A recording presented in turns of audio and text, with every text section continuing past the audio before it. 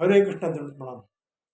श्री चैतन्य चरितामृत के अंतर्गत हम वेदांत सूत्र के अध्ययन का प्रयोजन इस टॉपिक के ऊपर विचार करें। ओम अज्ञानतिमिरान्धस्य ज्ञानाञ्जनशलाकया चक्षुरुन्मिलितं येन तस्मै श्रीगुरुवे नमो विष्णुपादाय कृष्णप्रेष्ठाय भूतले श्रीमती भक्तिवेदांत स्वामिनि नामने नमस्ते सरस्वती देवे गौरवाणी प्रचारणे निर्विशेषा शून्यवादी पाश्चात्य देशताने जय श्री कृष्ण चैतन्य प्रभु नित्यानंद श्री अद्वैत गदाधर श्रीवासादि गौर भक्त। हरे कृष्ण कृष्ण कृष्ण हरे हरे, हरे राम राम राम हरे। अपनी प्रार्थना में भागवत के रचयिता व्यासदेव जी सर्वप्रथम निवेदन करते हैं कि श्री कृष्ण आदि पुरुष हैं तथा यदि परम सत्य श्री भगवान का कोई अप्राकृतिक नाम हो सकता है तो वह सर्वाकर्षक कृष्ण नाम ही होगा। भगवत गीता में कृष्ण ने अनेक श्लोकों में स्वीकार किया है कि वे स्वयं भगवान हैं। इसकी पुष्टि श्री नारद व्यासादि ऋषियों का प्रमाण देकर अर्जुन ने भी की। पद्म पुराण में कहा गया कि अनंत भगवान नाम में श्री कृष्ण नाम सर्व प्रधान है। वासुदेव नाम श्री कृष्ण के अंश का संकेत करता है और वैसे भी विविध भगवत विग्रहों में अभेद है, परंतु इस संदर्भ में वासुदेव से प्रधानता देवकी वसुदेव के दिव्य पुत्र निर्दिष्ट है। भगवान कृष्ण परमहंसों के नित्य ध्येय हैं। श्री वासुदेव तथा श्री कृष्ण सर्व कारणों के कारण हैं। सारे विद्यमान तत्व उन्हीं से निकलते हैं। भगवान चैतन्य महाप्रभु ने भागवत को अमर पुराण कहा क्योंकि उसमें केवल भगवान श्री कृष्ण की दिव्य लीलाओं का वर्णन है। भागवतम का इतिहास भी अतिशय यशोमय है। इसकी रचना व्यासदेव ने की थी। गुरु नारद मुनि की शिक्षा अनुसार उन्होंने अप्राकृतिक ज्ञान के अपने परिपक्व अनुभव का प्रयोग किया। व्यासदेव ने चारों वेदों, वेदांत सूत्र, पुराणों तथा महाभारत का प्रणयन कर लिया था, रचना कर ली थी, परंतु भागवत रचने से पूर्व उनको संतोष नहीं हुआ। इतने ग्रंथ लिखने के बाद भी व्यास जी को संतुष्टि नहीं हुई। उनके गुरु नारद ने उनके असंतोष को देखते हुए उन्हें भगवान श्री कृष्ण की लीलाओं का वर्णन करने की आज्ञा दी। भगवान कृष्ण की अप्राकृतिक लीलाओं का विशेष वर्णन श्रीमद् भागवत के 10वें स्कंद में हुआ है, अतः उसको पूरी रचना का सार सर्वस्व समझा जाता है। किंतु सीधे 10वें स्कंद पर न जाकर पहले वर्णित ज्ञान को प्राप्त करके फिर शनै शनै 10वें स्कंद का अध्ययन करना चाहिए। प्राय दार्शनिक मन संपूर्ण सृष्टि के उद्गम की जानकारी का जिज्ञासु होता। जब कोई दार्शनिक रात्रि में आकाश देखता है तो स्वभावतः उसके मन में नक्षत्र गण, उनकी स्थिति, उनकी निवासी आदि के विषय में अनेक प्रश्न उठते हैं। मनुष्य के लिए यह जिज्ञासा बिल्कुल स्वाभाविक है, क्योंकि पशुओं की तुलना में मनुष्य में बुद्धि का अधिक विकास हुआ है। इसी जिज्ञासा के उत्तर में भागवत का कथन है कि भगवान श्री कृष्ण सारी सृष्टि के उद्गम हैं। सृष्टा ही नहीं अपितु इसके पालक और संहार करता भी है। श्री कृष्ण की इच्छा अनुसार प्रकाशित प्राकृत सृष्टि की समय पर रचना होती है, कुछ काल तक उसका पालन होता है और फिर कृष्ण की इच्छा अनुसार संपूर्ण ब्रह्मांड का, संपूर्ण सृष्टि का विनाश हो जाता है। इन सब क्रियाओं के पीछे उनका संकल्प होता है। अवश्य ही नाना प्रकार के नास्तिक सृष्टा में विश्वास नहीं रखते। इसका कारण उनका अज्ञान है। आधुनिक वैज्ञानिक अंतरिक्ष यान बनाकर किसी विधि से उन्हें वैज्ञानिक नियंत्रण में बाह्य अंतरिक्ष उड़ने के लिए छोड़ता। सारे ब्रह्मांड तथा उनकी स्थित लोगों की इन यानों से तुलना हो सकती है। वास्तव में वे सभी भगवान द्वारा नियंत्रित है। वैदिक साहित्य में उल्लेख है कि भगवान श्री कृष्ण सब जीवधारी चेतनों से अग्रगण्य है।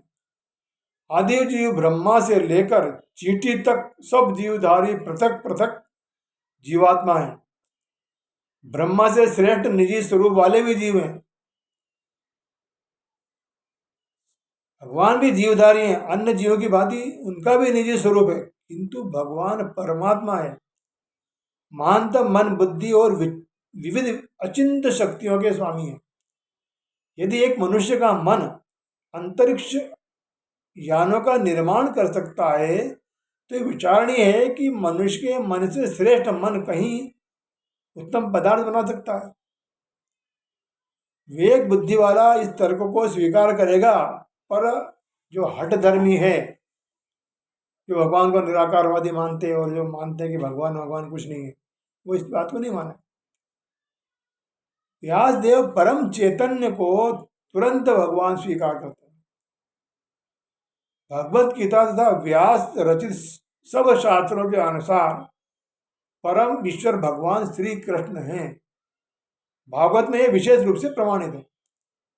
भगवत गीता में श्री कृष्ण स्वयं कहते हैं कि उनसे श्रेष्ठ दूसरा कोई परतत्व नहीं है। अतएव ग्रंथकार अविलंब परतत्व भगवान श्री कृष्ण को प्रणाम करते हैं, जिनकी अप्राकृत लीलाओं का वर्णन दशम स्कंद में है। विवेक शून्य लोग तुरंत 10वें स्कंद विशेषता जो जिसमें रासलीला का वर्णन है उसमें पहुंचते हैं, किंतु भागवत का यह अंश उस महान ग्रंथ का सर्वाधिक गोपनीय अंश है। जब तक कोई कृष्ण के अप्राकृतिक ज्ञान के बारे में पूर्ण निष्णात नहीं हो जाता, तब तक रासलीला में भगवान की आराध्य अलौकिक लीलाओं का तथा कृष्ण गोपियों के प्रेम में अवश्य भ्रमित हो जाएगा। यह विषय अतिशय विशिष्ट रूप से सैद्धांतिक है। परमहंस जीवन मुक्त जो है आराध्य, वही रासलीला का दिव्य आनंद देखने का सर्वाधिक पात्र है। अतः व्यासदेव भगवान श्री कृष्ण के अप्राकृत लीला सार के यथार्थ आस्वादन से पूर्ण श्रोता को दिव्य ज्ञान में क्रमशः प्रगति करने का अवसर प्रदान करते हैं। इसी कारण व्यासदेव ने जानबूझकर गायत्री मंत्र की प्रार्थना की। धीमहि, यह गायत्री मंत्र विशेषता आत्मोन्नत मनुष्य के लिए है। गायत्री मंत्र की जप सिद्धि होने पर भगवान श्री कृष्ण की दिव्य स्थिति में प्रवेश हो सकता है,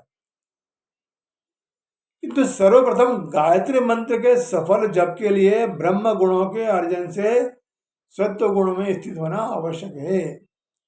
उस स्थिति से श्री कृष्ण नाम, कृष्ण रूप, यश गुणादि की चिन्मय अनुभूति होती है। भागवतम में अंतरंग शक्ति द्वारा प्रकाशित भगवान श्री कृष्ण के स्वरूप का वर्णन है। यह शक्ति हमारी अनुभवगम्य प्राकृत सृष्टि की बहिरंगा शक्ति से भिन्न है। व्यासदेव ने भागवत के प्रथम श्लोक में ही अंतरंगा बहिरंगा शक्ति में स्पष्ट भेद किया है।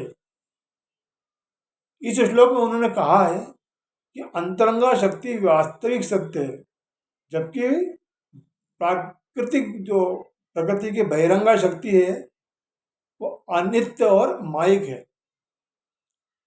उसकी सत्यता मृग तृष्णा जैसी है। मृग तृष्णा में जल प्रतीत होता है, किंतु यथार्थ में जल तो कहीं अन्यत्र है। इसी प्रकार प्रकृति सृष्टि हमें सत्य प्रतीत होती है, पर वास्तव में वह परम व्योमस्थ यथार्थ सत्य की छाया मात्र है। परम योग में मृग तृष्णा जैसा कोई ब्रह्म नहीं होता। महापरतत्व है, इस प्राकृतिक जगत में वह नहीं है। यहां सब कुछ द्वैतात्मक है, सापेक्ष। एक सत्य अन्य पर निर्भर है। यह सांसारिक सृष्टि माया के 3 गुणों की परस्पर प्रक्रिया है। माया के 3 गुण है, सत्व रज तम।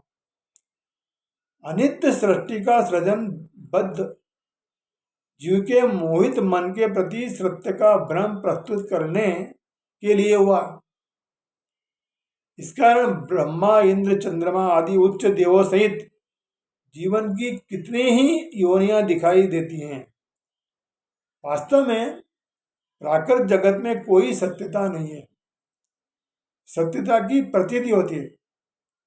यथार्थ सत्य वैकुंठ जगत है, जहां भगवान कृष्ण, भगवान विष्णु अपने अप्राकृत वैशिष्ट्य के साथ नित्य विराजमान होते हैं।